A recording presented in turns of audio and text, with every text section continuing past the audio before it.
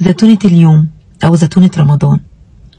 واحدة بتقولي احنا نبطل بقى او نحاول نمسك نفسنا عن الغيبة والنميمة على الاقل في شهر رمضان بس.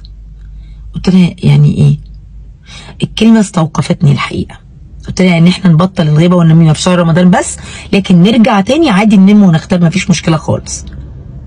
الحقيقة يا جماعة احنا بعض مننا تفكيرنا يحرم رايح في 60 داهية. والغيبة والنميمة من الذنوب الكبيرة، يعني حاجة كبيرة لازم نبطلها أصلا في حياتنا العادية.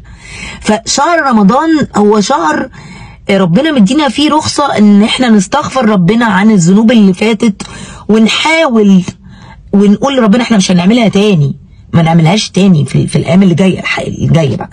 فارحمونا بقى، يعني ارحموني بقى من التفكير العقيم ده، ونفكر في الكلام قبل ما نقوله. وفي ناس كده وهي بتتكلم معايا بتتكلم بثقه قوي، اللي هي تحسس انها مثقفه كده وفاهمه، وهي اصلا دماغها سافرت. فالغيبه والنميمه يا برنسيسة الجميلات ويا برنس الليالي نحاول نبطلها على طول. رمضان كريم وكل سنه وانتم طيبين. تسمعوا مني. السلام عليكم.